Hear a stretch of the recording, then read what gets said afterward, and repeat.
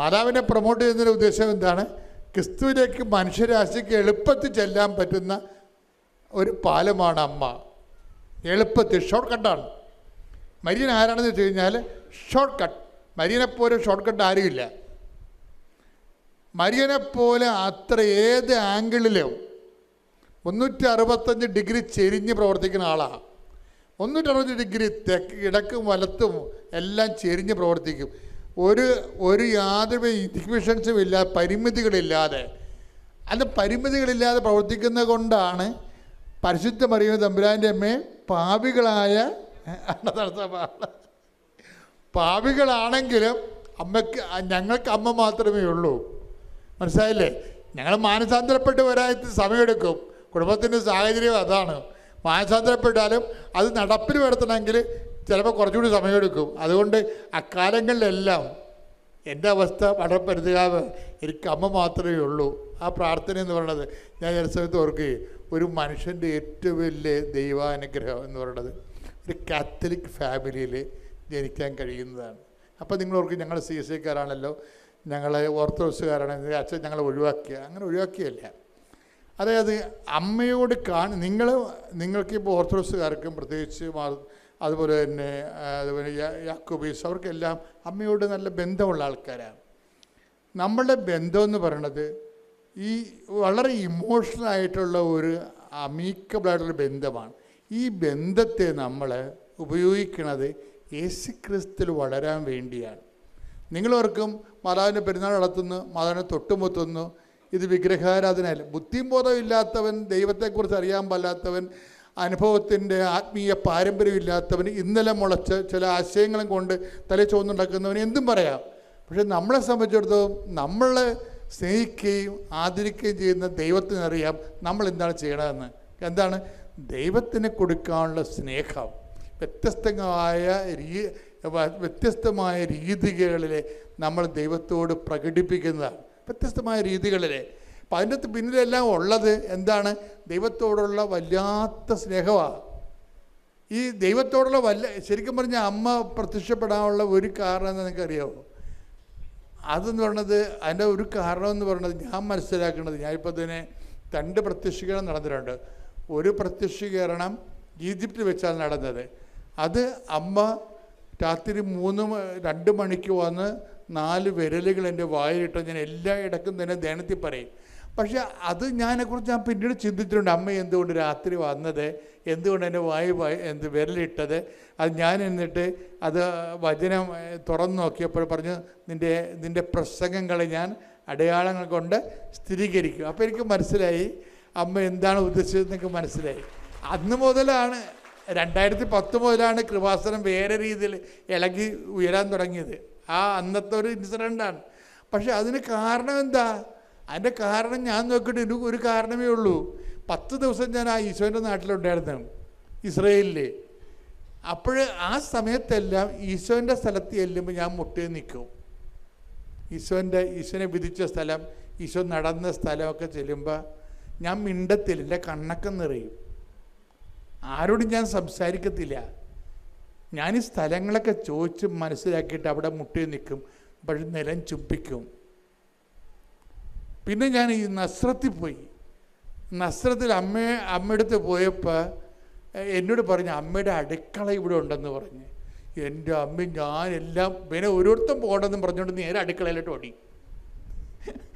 എനിക്കിൻ്റെ ഓരോരുത്തരും പോകണ്ട കാര്യം അമ്മ അവിടെ. അപ്പം നോക്കിയാൽ പുരാതനമായ ആ നക്ഷത്രം വലിയൊരു ദേവാലയമാണ്. അതിൻ്റെ അകത്താണ് ഒരു സ്ഥലത്താണ് അമ്മയുടെ വീടുണ്ടായിരുന്നത്. അവിടെയാണ് അടുക്കള. ആ അടുക്കളയും അമ്മ വെള്ളം കോരിയ കിണറുമൊക്കെ കുഞ്ഞു കിണറാണ്, കുറേ ആഴമുണ്ട്. അവിടെ എല്ലാം ഗ്രില്ല് ചെയ്തിരിക്കുന്നതാണ്. അമ്മയുടെ അടുപ്പൊക്കെ കണ്ട അവിടെ പുരാതനമായ. ഞാൻ അവിടെ ഇരുന്നുകൊണ്ട് വേറെ ആൾക്കാർ എന്നെ വിളിക്കുന്നുണ്ട്, ഇത് അവിടെ കാണണം ഇവിടെ കാണണം എന്ന് പറയുമ്പോൾ ഞാൻ പറഞ്ഞു ഞാൻ ഇവിടെ 3 കൊന്തയില്ല അവിടെ ഇരുന്ന്. ആ അടുക്കളയിരുന്ന് അമ്മ ഈശോയ്ക്ക് കുപ്പൂസൊക്കെ ഉണ്ടാക്കി കൊടുത്ത സ്ഥലമാണത്, ചപ്പാത്തിയൊക്കെ ഉണ്ടാക്കി കൊടുത്ത സ്ഥലമാണ്. അപ്പം അമ്മ എന്തുമാത്രം സങ്കീർത്തനം പാടിയിട്ടായിരിക്കും അവിടെ ഇരുന്നുകൊണ്ട് ഇതൊക്കെ ചെയ്തിരിക്കണത്. അപ്പം ഈശോയും അവിടെ ജീവിച്ച സ്ഥലമാണ്. അപ്പം ഞാൻ കുറേ നേരം അവിടെ ഇരുന്ന് ഒരു 3 കൊന്ത ചൊല്ലി. അപ്പം ഞാൻ ഓക്കെ ആയി. 3 കൊന്ത ജപമാല അവിടെ ചൊല്ലി. അപ്പം ഇങ്ങനെ ഓരോ സ്ഥലത്ത് ചെല്ലുമ്പോഴും ഞാൻ 10 ദിവസം ഉണ്ടായി. 10 ദിവസവും ഞാൻ ആരോടും സംസാരിക്കാതെ ജപമാല ചൊല്ലി ദൈവത്തിൻ്റെ രക്ഷാകരമായ സംഭവങ്ങൾ നടന്ന സ്ഥലങ്ങളെല്ലാം കണ്ട് അവിടെ ആരാധിച്ചു വന്ദിച്ചു. അവസാനം ഗെത്സമനിൽ പോയി. ഗെത്സമനിൽ പോയപ്പോൾ പയ്യപ്പള്ളി അച്ഛനാണ് എൻ്റെ കൂടെ ഉണ്ടായിരുന്നത്. പയ്യപ്പള്ളി അച്ഛൻ ഞാനും കൂടി കുർബാന ചൊല്ലുകയാണ്. എന്നിട്ട് പയ്യപ്പള്ളി അച്ഛൻ കുർബാന കൊടുക്കാൻ വേണ്ടി പോയപ്പോൾ എന്നോട് പറഞ്ഞു, അച്ഛൻ ഈ സൈഡ് കൊടുക്ക്, ഞാൻ ഈ സൈഡ് കൊടുക്കാമെന്ന് പറഞ്ഞു. അച്ഛൻ ആ സൈഡ് കൊടുത്ത് പിന്നെ പക്ഷേ ഞാൻ പോയില്ല. എനിക്ക് വേറൊരു സൂത്രം ലക്ഷ്യമുണ്ടായിരുന്നു. എന്താണ്? ഈശോ മുട്ടുകുത്തിയ ഗെത്സേമിന് മുട്ടുകുത്തിയ സ്ഥലം ഈ ബലിപീഠത്തിൻ്റെ ഫ്രണ്ടിലാണ്. അവരവിടെ പിച്ചളം വെയിൽ കൊണ്ട് കെട്ടിയിരിക്കുകയാണ്. അപ്പോൾ അവിടെ ഒരു പട്ടാളക്കാരനപ്പോൾ ഒരാൾ നിൽപ്പുണ്ട് അവിടെ സൂക്ഷിക്കാൻ വേണ്ടി.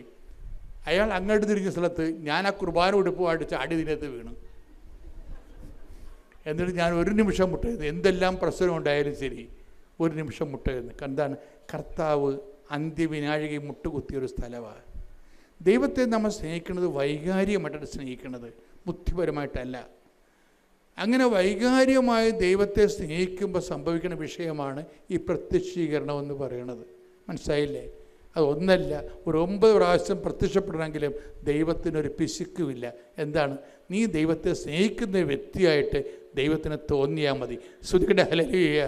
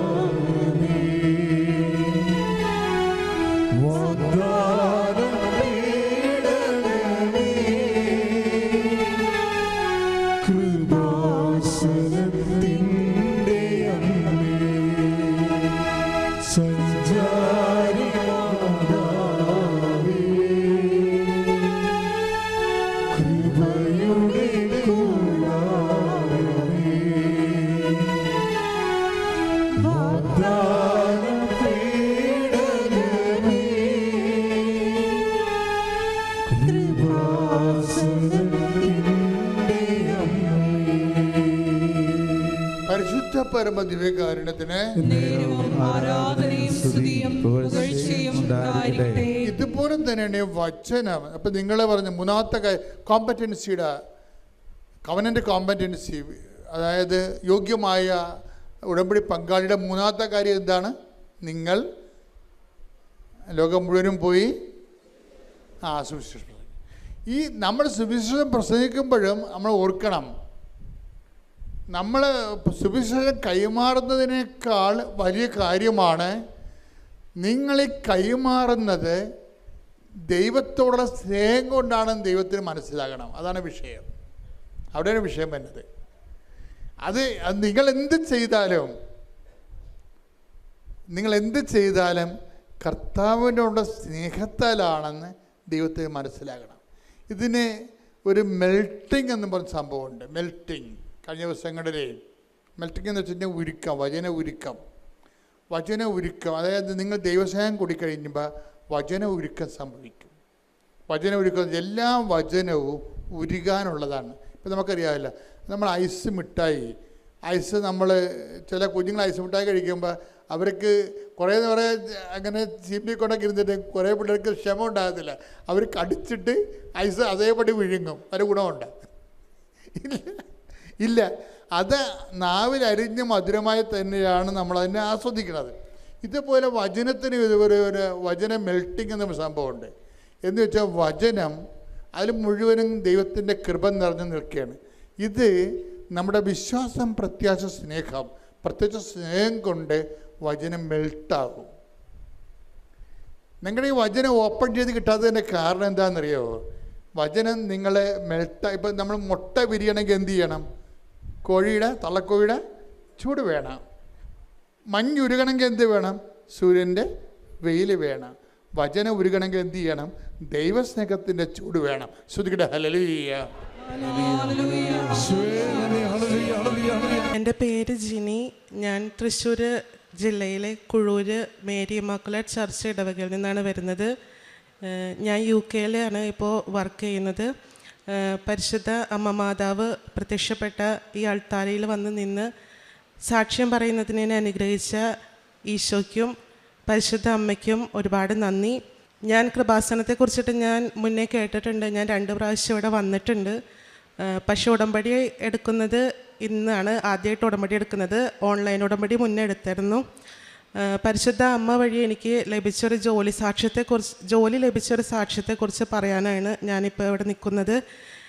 ഞാൻ 2022 മെയ്യിലാണ് ഞാൻ സ്റ്റുഡൻറ്റ് വിസയിൽ UK പോകുന്നത്. അവിടെ ചെന്ന് MSc ബയോമെഡിക്കൽ സയൻസാണ് ഞാൻ പഠിച്ചത്. ഗ്രാജുവേഷൻ കഴിഞ്ഞ് ഞാൻ 2 വർഷത്തെ PSW എടുത്തു. അത് കഴിഞ്ഞ് എനിക്ക് അവിടെ കണ്ടിന്യൂ ചെയ്യണമെന്നുണ്ടെങ്കിൽ ഒരു സ്പോൺസർഷിപ്പ് വേണമായിരുന്നു.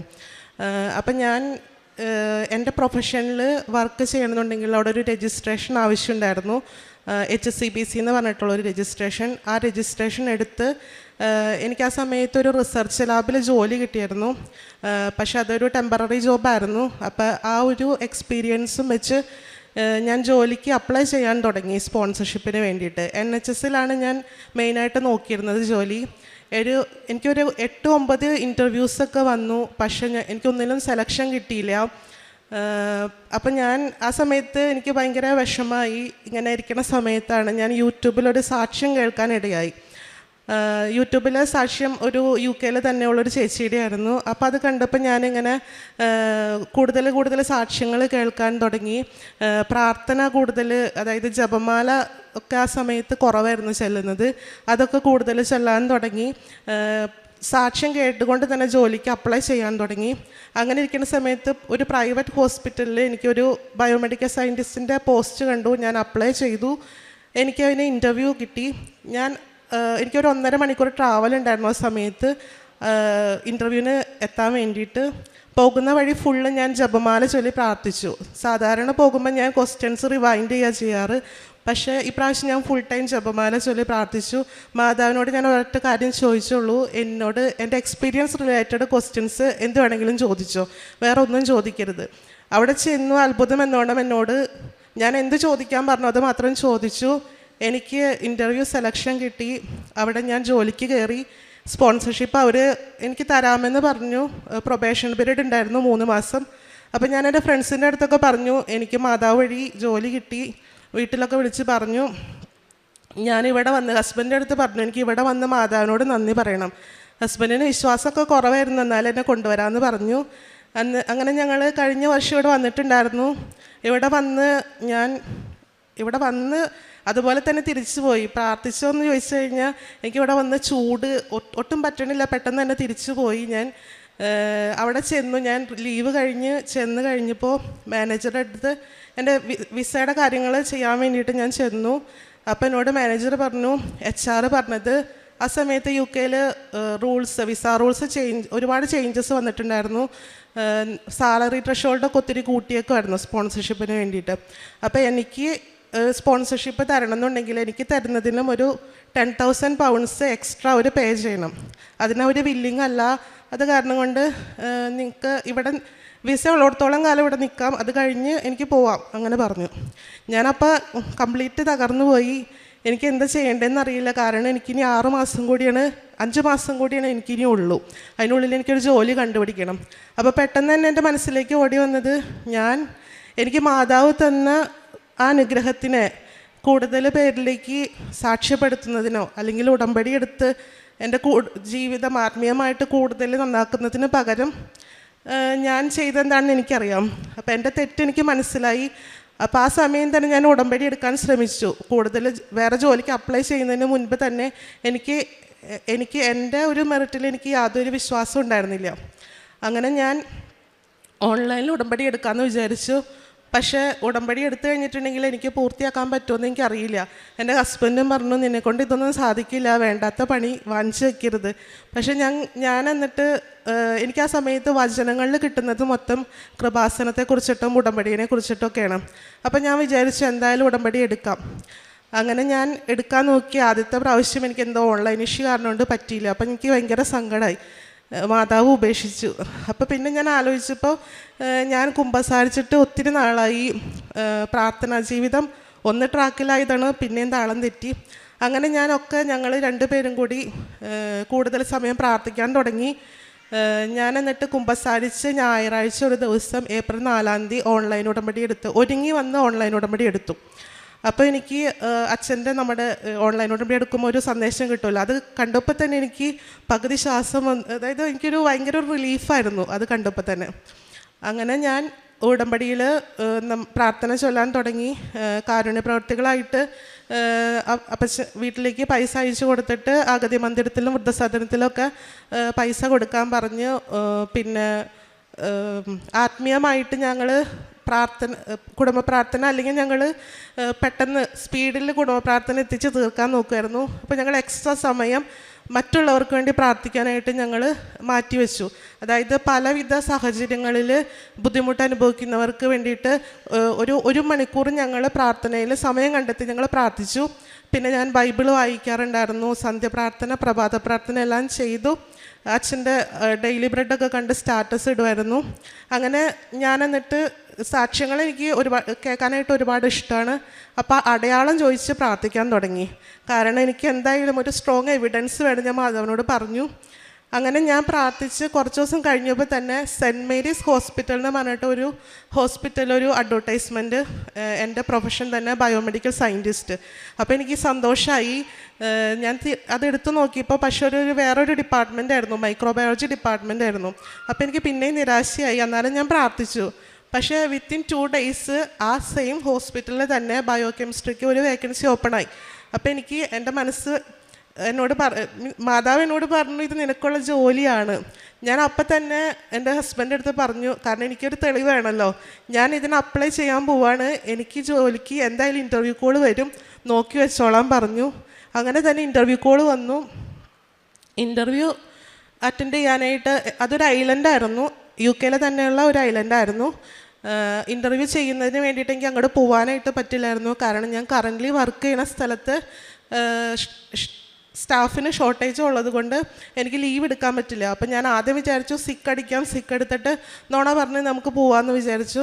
പിന്നെ ഞാൻ വിചാരിച്ചു അല്ല, ഞാൻ ഉടമ്പടിയിലാണ്, ഇങ്ങനെ ചെയ്ത് കഴിഞ്ഞിട്ടുണ്ടെങ്കിൽ മാതാവ് തരാനിരിക്കുന്ന അനുഗ്രഹം കൂടി എനിക്ക് തരില്ല. അങ്ങനെ ഞാൻ മാനേജറുടെ അടുത്ത് പോയി സംസാരിച്ചു. മാനേജർ എന്നോട് പറഞ്ഞു 1 മണിക്കൂർ നീ റിലീവ് ചെയ്തിട്ട് അറ്റൻഡ് ചെയ്തോളാൻ പറഞ്ഞു. അങ്ങനെ ഞാൻ എൻ്റെ ജോലി സ്ഥലത്ത് തന്നെ ഇരുന്ന് ഓൺലൈനിൽ ഇൻ്റർവ്യൂ അറ്റൻഡ് ചെയ്തു. അപ്പോൾ എൻ്റെ കയ്യിലൊരു കൃപാസനത്തിലെ പത്രം ഉണ്ടായിരുന്നു.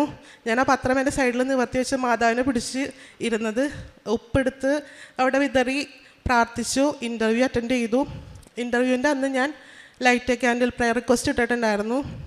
അങ്ങനെ ഇൻ്റർവ്യൂവിൽ ഇങ്ങനെ ക്വസ്റ്റ്യൻസ് ചോദിക്കുമ്പോൾ കോമൺ ആയിട്ട് ചോദിക്കുന്ന ഒരു ക്വസ്റ്റ്യനാണ്, നമ്മളിപ്പോൾ എന്താ ഈ ഒരു പർട്ടിക്കുലർ ജോബ് എടുക്കാൻ എന്തെങ്കിലും പ്രത്യേകിച്ച് റീസൺ ഉണ്ടോ, ഈ ഒരു ഹോസ്പിറ്റൽ എടുക്കാനായിട്ട് എന്തെങ്കിലും റീസൺ ഉണ്ടോ, സ്ഥലം എടുക്കാൻ റീസൺ ഉണ്ടോ, അങ്ങനെയൊക്കെ ചോദിക്കും. അപ്പോൾ എന്നോട് ചോദിച്ചു ഈ ഒരു ഹോസ്പിറ്റൽ എടുക്കാൻ എന്തെങ്കിലും റീസൺ ഉണ്ടോ. അപ്പോൾ ഞാൻ പറഞ്ഞു മാതാവിൻ്റെ നാമധേയത്തിലുള്ള ഒരു ഹോസ്പിറ്റലാണിത്, ഒരു മരിയൻ ഭക്തിയാണ് ഞാൻ. അപ്പോൾ എനിക്കിവിടെ ജോലി കിട്ടുകയാണെങ്കിൽ എനിക്കത് ഭയങ്കര സന്തോഷമായിരിക്കുന്നു, ഞാനത് പറഞ്ഞു. അങ്ങനെ ഇൻ്റർവ്യൂ ഒക്കെ സ്മൂത്തായിട്ട് കഴിഞ്ഞു. നെക്സ്റ്റ് ട്യൂസ്ഡേ എനിക്ക് അവർ ഔട്ട്കം പറയാമെന്ന് പറഞ്ഞു. അപ്പോൾ എനിക്കെപ്പോഴും അപ്പോൾ ഒരു പോസിറ്റീവ് മൈൻഡായിരുന്നു. ഞാൻ ഹസ്ബൻഡിൻ്റെ അടുത്ത് പറഞ്ഞു എനിക്ക് എന്തായാലും കിട്ടും എന്ന് ഞാൻ പറഞ്ഞിട്ടുണ്ടായിരുന്നു. പ്രത്യേകിച്ച് ചൊവ്വാഴ്ചയും കൂടിയാണ്. അപ്പോൾ എനിക്ക് ഭയങ്കര സന്തോഷമായി. എന്നിട്ട് ഞാൻ അതിന് മുന്നേ ഞാൻ ഡേറ്റ് ഇട്ട് പ്രാർത്ഥിച്ചിട്ടുണ്ടായിരുന്നു. ഞാൻ വണക്കമാസം മാതാവിൻ്റെ മാസമായിട്ടുള്ള മെയ് 30-ാം തീയതിക്ക് മുൻപ് തന്നെ എനിക്കൊരു ഡിസിഷൻ വേണമെന്ന് പറഞ്ഞിട്ടുണ്ടായിരുന്നു. അങ്ങനെ മെയ് 24-ാം തീയതിയാണ് അവരെന്നെ ഫോൺ ചെയ്യുന്നത്. അവർ എന്നെ ഔട്ട്കം പറയുമെന്ന് പറഞ്ഞ ആ ദിവസം മൊത്തം ഞാൻ മനുഷ്യന് അസാധ്യമായത് ദൈവത്തിന് സാധ്യമാണെന്നുള്ള ഒരു വചനം ഉരുവിട്ട് പ്രാർത്ഥിച്ചുകൊണ്ടിരുന്നു. പിന്നെ ഞാൻ മാതാവിനോട് വീട്ടിൽ നിന്ന് ഇറങ്ങണേക്ക് മുന്നേ ഞാൻ പറഞ്ഞിരുന്നു, എവിടെ വെച്ചാണോ എന്നെ അവർ വിളിച്ച് പറയണേ അവിടെ നിന്ന് പോസിറ്റീവ് ആണെന്നുണ്ടെങ്കിൽ ഞാൻ മുട്ടുകുത്തിന്ന് വിശ്വാസ പ്രമാണം ചൊല്ലി എൻ്റെ വിശ്വാസം പ്രഖ്യാപിക്കുമെന്ന് പറഞ്ഞിട്ടുണ്ടായിരുന്നു. അങ്ങനെ അവരെന്നെ വിളിച്ചു. എനിക്ക് ആ ഒരു ജോലിക്ക് സെലക്ഷൻ കിട്ടി. എനിക്ക് അവർ സ്പോൺസർഷിപ്പ് തന്നു. ഇപ്പം ഞാനവിടെ സെൻറ്റ് മേരീസ് ഹോസ്പിറ്റലിൽ ഞാനൊരു ബയോമെഡിക്കൽ സയൻറ്റിസ്റ്റായിട്ട് ഞാൻ വിചാരിച്ച ഒരു സെക്ഷനിൽ തന്നെ ഞാൻ വർക്ക് ചെയ്യുവാണ്. പരിശുദ്ധ അമ്മയും ഈശോയും കൂടി എനിക്ക് ഞങ്ങളുടെ കുടുംബത്തിനും തന്ന ഈ അനുഗ്രഹത്തിന് ഞാൻ ഒത്തിരി നന്ദി പറയുന്നു. ഇതാണ് എൻ്റെ ആദ്യത്തെ സാക്ഷ്യം.